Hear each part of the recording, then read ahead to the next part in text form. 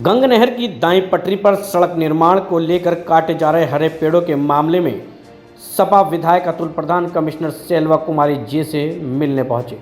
पूरी जानकारी देते हुए एनजीटी में सुनवाई तक पेड़ों का कटान रुकवाने और पेड़ों के कटान की जांच कराने की मांग भी विधायक अतुल प्रधान ने की है। विधायक मुख्य वन संरक्षक एन.के. जानू से भी मिले और पूरे मामले की जांच और कार्यवाही की बात भी कही। बता दें, गंग नहर की दाईं पटरी पर सड़क निर्माण के लिए काटे जा रहे पेड़ों के मामले को लेकर विधायक अतुल प्रधान आंदोलनरत हैं। वह पेड़ों से चिपककर आंदोलन की शुरुआत भी कर चुके हैं। इस मामले में डीएफओ राजेश कुमार के बयान के बाद विधायक अतुल प्रधान आक्रामक हो गए। वन राज्य मंत्री के.पी. मलिक से बात की। इसी के साथ पूरे मामले की जानकारी सपा सुप्रीमो अखिलेश यादव को भी दी ताकि मुद्दा लोकसभा में उठाया जा सके। विधायक अतुल प्रधान ने पहले कमिश्नर सेल्वा कुमारी जे और फिर मुख्य वन संरक्षक एन.के. जानू से मुलाकात की। बताया कि सड़क निर्माण में 14 मीटर पटरी पर पेड़ों कटान के बजाय कुछ स्थानों पर 40 से 42 मीटर तक पेड़ों के कटान की जानकारी दी गई है। पेड़ों के काटकर चोरी किए जाने की दर्ज कराई गई रिपोर्ट को लेकर भी वन विभाग की कार्यशैली पर सवाल खड़े हो गए हैं। कहा कि सड़क निर्माण के विरोधी नहीं है, लेकिन अधिक से अधिक पेड़ों को बचाया जाए। इसी के साथ उन्होंने कई अन्य जनपदों में काटे जा रहे हरे पेड़ को लेकर भी उसकी शिकायत की। प्रशासनिक अधिकारियों की जांच समिति बनाकर पेड़ कटान में हो रही धांधली की जांच कराने की मांग अतुल प्रधान ने कमिश्नर से की है। फिलहाल तो सड़क चौड़ीकरण के चलते यह पेड़ों की कटाई कराई जा रही है, लेकिन जांच में तय मानक क्या है ये तो जांच के बाद ही पता चल पाएगा। दिनकर टाइम्स के लिए मेरठ से ब्यूरो रिपोर्ट। देखिए, मेन बात है कि एक तरफ तो हम ग्लोबल वार्मिंग की बात कर रहे हैं, एक तरफ पूरा विश्व इस समय जलवायु परिवर्तन के दौर से गुजर रहा है और आप देखेंगे कि हर जगह हर मोमेंट पर ये बात की जाती है कि पेड़ लगाओ और जीवन बचाओ, ट्री सेफ, इस तरह की चर्चाएं चलती हैं।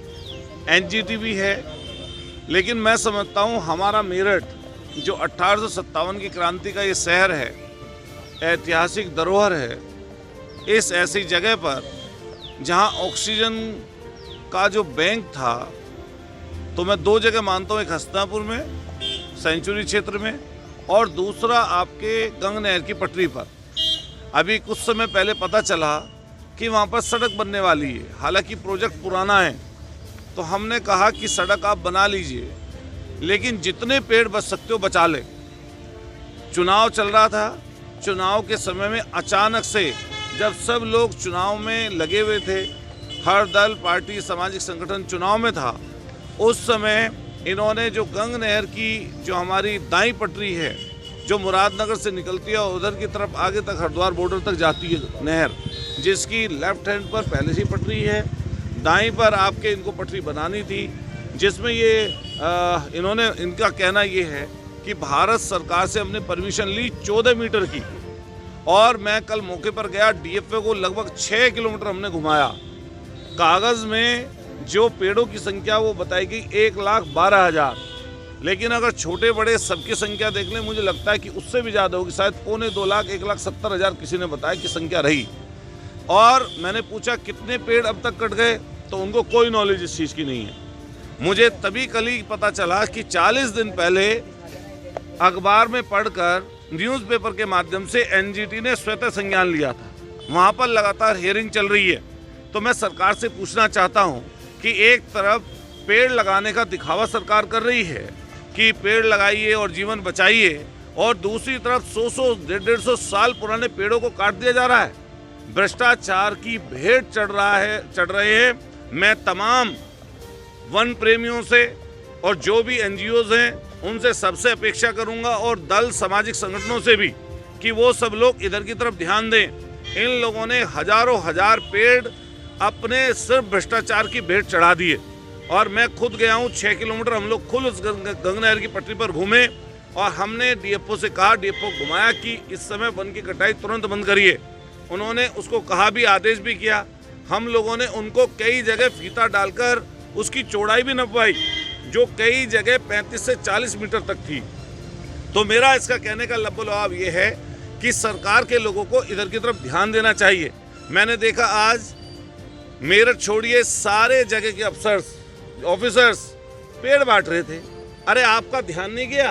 अरे क्यों बेईमानी करा रहे हो अपनी नाक के नीचे? और मैं कहना चाहता हूँ मेरठ की कमिश्नर महोदय से, हम लोग कल से टाइम मांग रहे थे उनसे कि समय दे दीजिए हमें।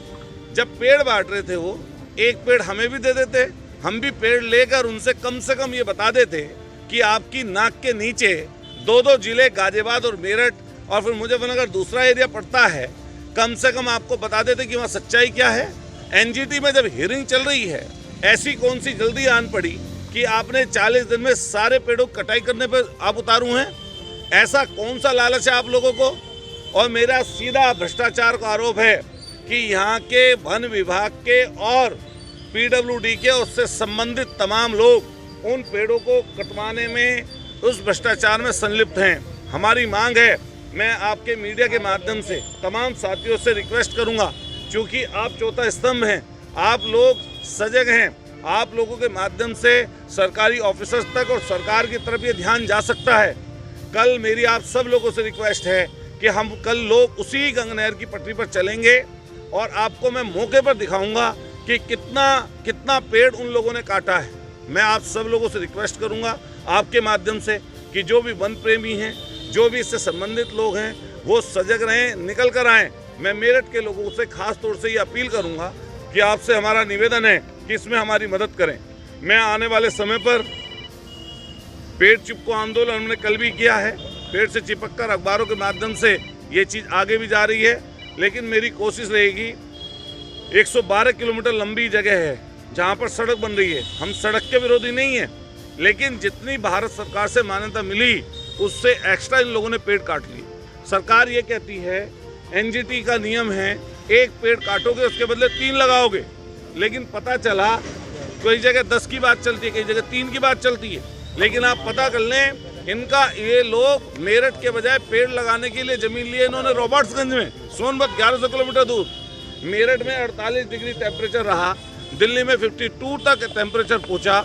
ऐसे समय पर हम पूछना चाहते हैं सरकार से, क्यों दिखावा कर रहे हैं पेड़ लगाने का? जब इतनी बड़ी संख्या में आपकी नाक के नीचे पेड़ कट गए, कौन जिम्मेदार है इसका? हम लोग पदयात्रा भी करेंगे आने वाले समय पर पूरे रास्ते पर, और इस आंदोलन को कितना ही बड़ा करना पड़ेगा, हम आंदोलन चलाएंगे।